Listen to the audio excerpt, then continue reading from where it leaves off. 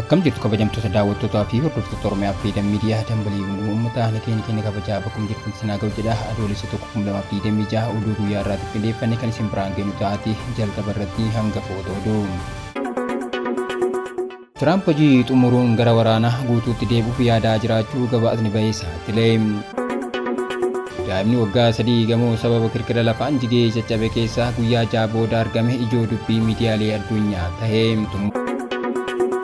Speen sagantaa yeroof jiraachuu fi hayyama hojii godaantota miliyoona 1 ol seera qabeessa taasisu xumuruuf beeksise. Iraanii fi ejensiin anniisaa atoomikii idil-addunyaa sakatta'insa nikulaaraa irratti wal dhabanii. UK'tti baqattoonni birrii miliyoona 2 ol ta'u kaffaluun baasii mootummaan irratti baase akka deebisan godhamuufi.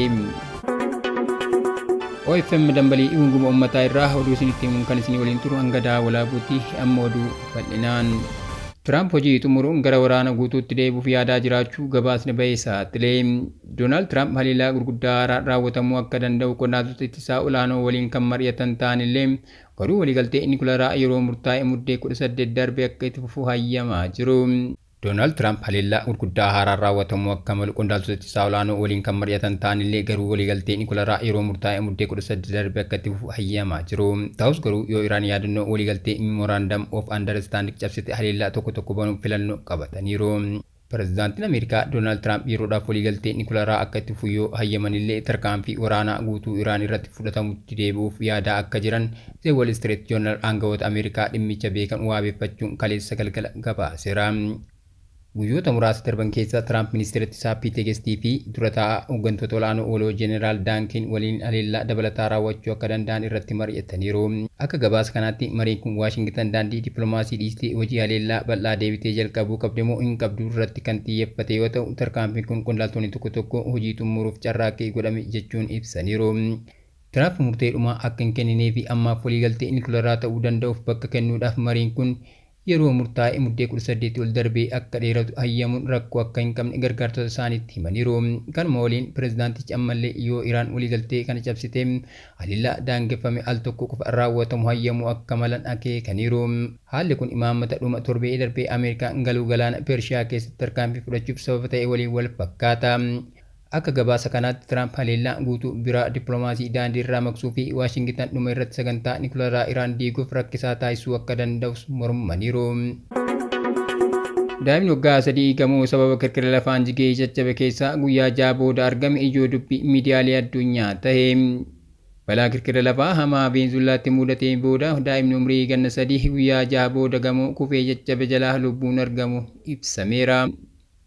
Balaa kirkira lafaa hamaa Venezuelaatti mudatee booda daa'imni umrii ganna 3 guyyoota 6 booda gamoo kufee caccabe jalaa lubbuun argamuun ibsame.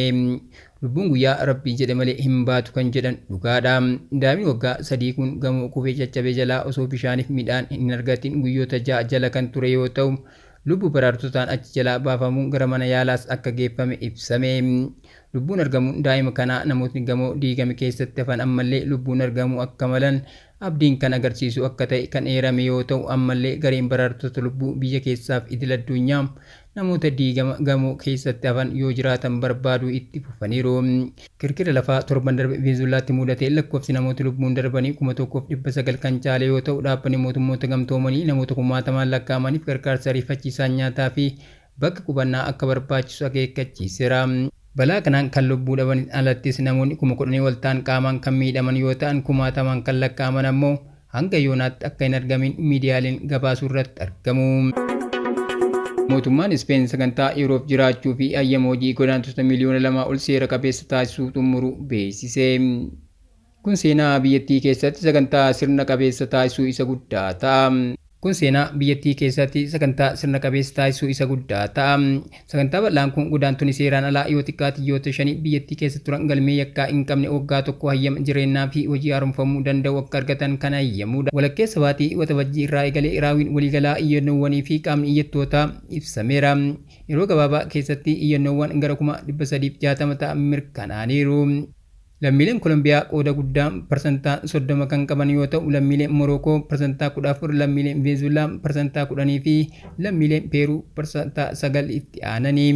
Ministeerri muummee Speen Pedro Sánchez barbaachisummaa imaammata kanaa ilaalchisee ibsa kennaniin tarkaanfiin kun mirga namoomaa guddisuu qofa osoo hin taane dinagdee biyyattiis kan deeggaru ta'uu ibsaniiru. Ministeerri muummee Ispeen Pedro Sanchez namoonni Ispeen keessa jiraataniif hojjetan mirga walqixa qabaachuu, seeraan socho'uu, hojjechuuf gibira kaffaluun misooma biyyattii keessatti gumaachuu danda'u qabu jedhanii.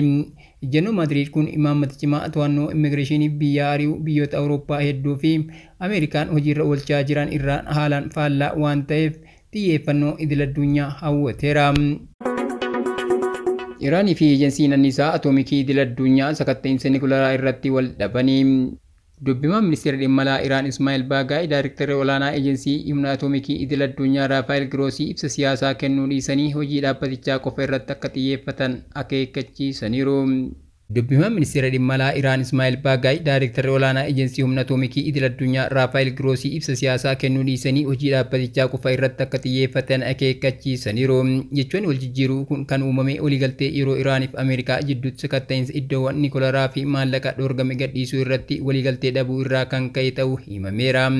Dubbimaan Baagaay Iraan iddoowwan nikulaaraa isii irratti pirootokoolii inspeekshinii haaraa kamiyyuu akka hin fudhannee fi iddoowwan waraanaan miidhaman inspektaroota idil-addunyaatiif banuuf karoora akka hin qabne ifa godhaniiru. Daayirektarri olaanaa Raafaayil Giroosii yaadannoo waliigaltee pireezidaantonni lamaan mallattaa'in inspeekshiniin akka hin oolle cimsanii dubbataniiru. Ibsa siyaasaa hubachuu nan danda'a garuu qabxiin bu'uuraa waliigaltee pireezidaantonni lamaan mallattaa'ee jiraachuu isaa kan himanii. Gama kaaniin Iraan USA waliin walgahii homaatiyyuu akka hin jirre himte. Dubbimaan ministeera dhimma alaa Iraan Ismaa'eel Baagaay Iraawii waliigaltee USA fi Iraan baatii waxabajjii keessa mallatteessan irratti odeeffannoo haaraa kennaniiru. Dubbimaan kun akka jedhanitti Ameerikaan akkaataa waliigaltee kanaa keewwata 10 boba'aa gurguruuf hayyama kan kennite yoo ta'u, Iraan adeemsa raawwii isaa itti dhiinnaan hordofaa jirti. Adeemsi qabeenya Iraan qabamee ture gadhiisuu akkuma keewwata 11 jalatti himame gadhiisuus kan adeemsifamaa jiru yoo ta'u, jilli teeknikaa Iraan dhuma torban kanaatti du'aa ni ga'a jedhamee eegama. Baagaay adeemsi amma jiru adeemsa keewwata yaadannoo waliigaltee keessatti tarreeffaman hojiirra oolchuu malee waliigaltee dhumaa irra ga'uuf marii akka hin taane ibsaniiru. Akka yaadannoo keewwata 13tti mariin dhumaa kan eegaluu danda'u keewwatoonni 1, 4, 5, 10 fi 11 milkaa'inaan hojiirra kan oolan yoo ta'e qofa jedhaniiru.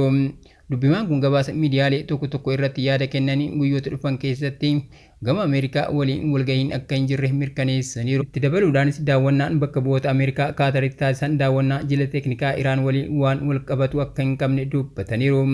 Ibsi Iraan kun hariiroon biyyoota lamaanii ammallee of eeggannoo kan qabuu fi adda ta'e yaadannoo waliigaltee kanaa irratti kan hundaa'e ta'uu agarsiisa.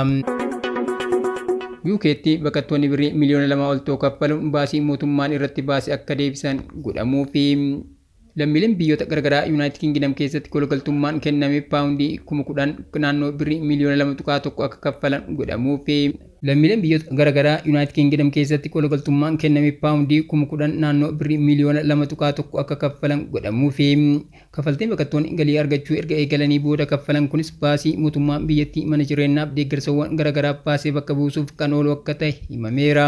Haaluma kanaan ga'eessonni galii gahaa qaban maallaqa eerame adeemsa keessa akka kaffalan mootummaan biyyattii wixinee seeraa qopheesse.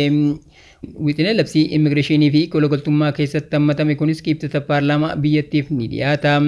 Ministeerri dhimma biyya keessaa UK kan ta'an Shaabaanaa Mohaamud jijjiiramni kun deeggarsa baqattummaa argachuun mirgas dirqamas ta'uusaa agarsiisa jedhaniiru. Haa ta'u malee namoonni maallaqa eerame akka kaffalan taasifaman galii hagamii ol akka argatan kan jedhu hanga ammaatti hin murtoofne. Kaffaltiin kun madaalawaa akka ta'uu fi baqattoota akka hin miineef ministeerri dhimma biyya keessaa aangoo dhibbentaa maallaqa kaffalamu akkasumas kanneen galii hagamii ol akka argatan kaffaluu akka qaban murteessuu ni qabaata jedhame. Gama biraatiin baqattoonni gaaffii kologaltummaa isaanii fudhatama hin argannee fi galiin isaan argatan amma maallaqa mootummaa murteessuu ol ta'e baasii itti ba'e akka kaffalan ni taasifamu. Akka ragaa ministeerri dhimma biyya keessaa UK'tti bara darbe keessaa biyyattiin deeggarsa baqattoota paawundii biliyoona 4 baasii gooteetti. Baqataa tokko mana abbummaa mootummaa jala jiru keessa guyyaa tokko bulchuuf jiddu galeessaan paawundii 23.25 kan gaafatu yommuu ta'u, hoteela keessa kan jiraatu yoo ta'u immoo guyyaatti paawundii 144 gaafata. Kana malees baasiin jireenyaa torbee tokko paawundii 9.95 hanga 49.18 ta'a. Manni maree baqattoota gama isaatiin karoorri kun sirrii kan hin taanee fi hojiirra ooluu kan hin dandeenyedha jedhee. Kana malees kafaltiin kun maatiin baqattoonni jiruu isaanii akka hin jiraanne akkasumas akka of hin dandeenye kan taasisu jedhee. Daayirektarri dhimmoota alaa dhaabbatichaa kan ta'an Imraan Huseen sababni namoonni baay'een deeggarsa koolagaltummaa itti gaafataniif ministeerri dhimma biyya keessaa mataa isaatiin namoonni gaaffii koolagaltummaa gaafatanii dhimma isaanii ilaalamaa jiru hojii akka hin hojjenne waan dhorguuf jedhanii. Deeggarsi koolagaltummaa namoota hiyyummaa hamaaf saaxilamoo ta'aniif kennama. Kanaaf kafaltiin haaraan kun baqattoota harka qullaa dhufan miidha jedhaniiru.